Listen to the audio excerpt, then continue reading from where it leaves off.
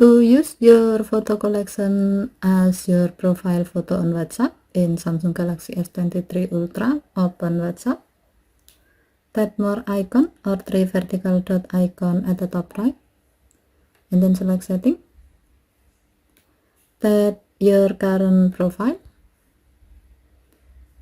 and then tap the camera icon on your profile photo.